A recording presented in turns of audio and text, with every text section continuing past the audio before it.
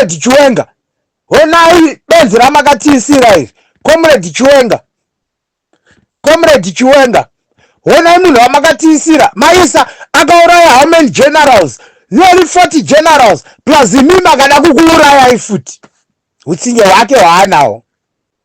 Saka ipapa Mnangagwa tikuda kumubata State House.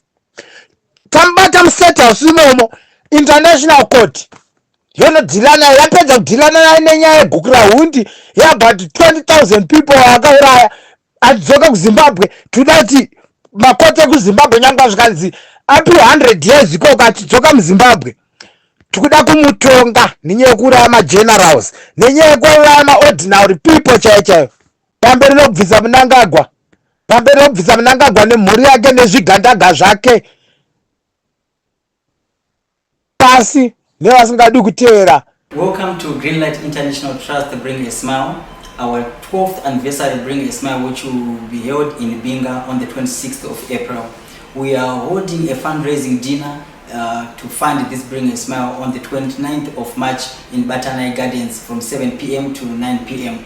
We have tickets that we are selling from the cost of $10, $20, $30, and $50. Please get in touch and attend this fundraising dinner through our contacts that are written down there. I thank you. Kulen TV. Atibati geze chopu chopu. Kulen TV uri sei. Makasimbere ma comrades. Akumana ndatisasarire ndiyo iyi ndiyononzi Third Chimurenga. Apa tapedza kudhila na Mnangagwa.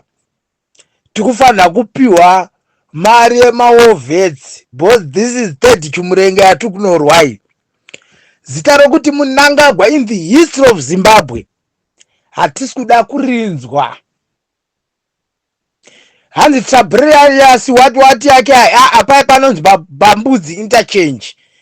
Tikuzvibvisa zvimazita zvese chese chinongonzi Mnangagwa in the history of Zimbabwe. Hatidi kuchinzwa. This person is a case. 31 March varume upenyu hwatikurarama unorwadza. Isusu anambobvira tashanda muZimbabwe.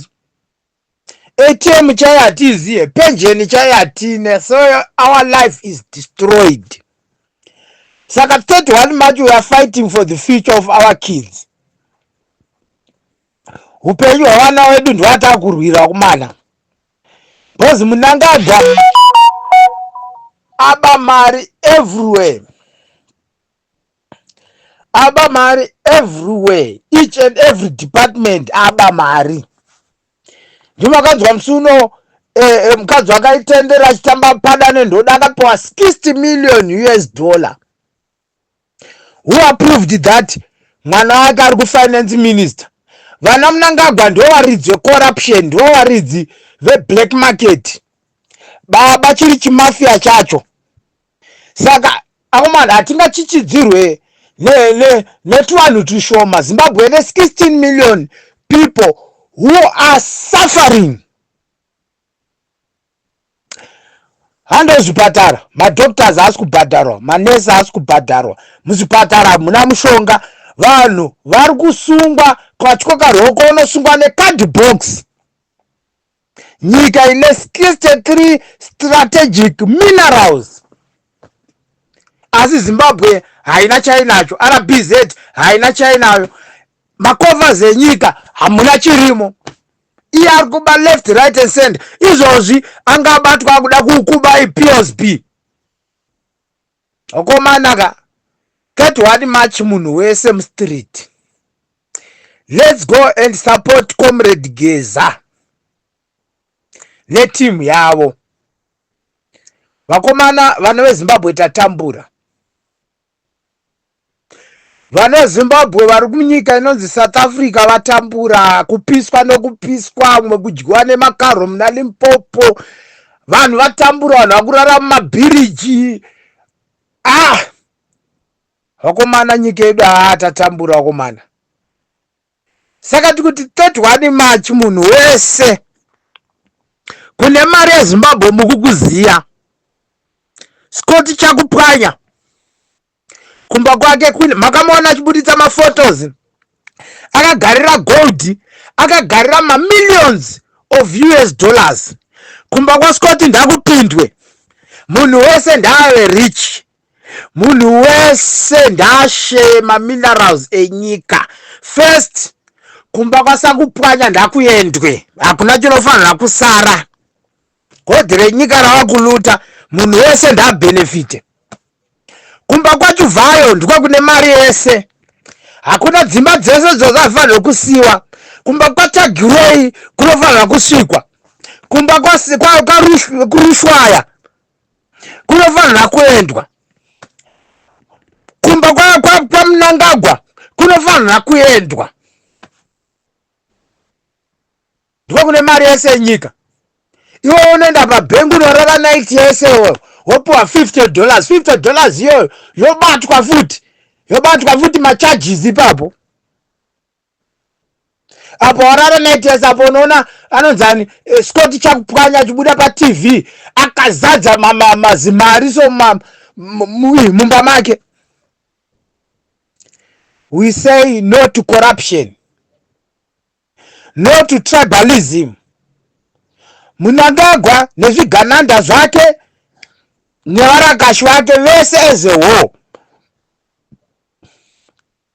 Enough is enough. Mapurisa musafurirwe kurorwa nevanhu, kurwisa vanhu muchidefenda mbavha. Mapurisa, you are not getting paid. Mufamba nebhutsi dzakaboka, mabhurugwa akaboka. Tikuda kuti police force yedu idzokere payanga iri kudhara. Tikuda masoja edu adzokere paanga ari kudhara achidya tinned beef, achidya quality beef, achichengetedzwa, achibatwa zvakanaka, vachitambira mari yokuti munhu anoendesa vana vake kuchikoro. Munoendesa vana kuchikoro kubhema tichacha asi kubhadhara. Saka ndiyo nyaya tiri kuti let's fight and unite. Musi wa31 8:30 September yakaitwa nakomanda Geza. 8:30 Manheru ndiyo chava last day raMnangagwa iroro. Guys, let's unite and remove this thing. Comrade Chiwenga, honai benzi ramakatiisira iri. Comrade Chiwenga, honai munhu wamakatiisira. Maisa akauraya how many generals? Nearly 40 generals plus imimi akada kukuurayai futi. Utsinye hwake hwaanawo. Saka ipapa Mnangagwa tikuda kumubata muState House. Tambata muState House imomo International Court. Yonodhilana, yapedza kudhilana naye nenyaya yegukura hundi yabati 20,000 people akauraya. Adzoka kuZimbabwe. Tikuda kuti makoti ekuZimbabwe nyangwa zvikanzi apiwa 100 years ikoko atidzoka muZimbabwe. Tikuda kumutonga nenyaya yekuuraya magenerals, nenyaya yekuuraya maordinary people chaiyo. Mnangagwa anofanira kutongwa.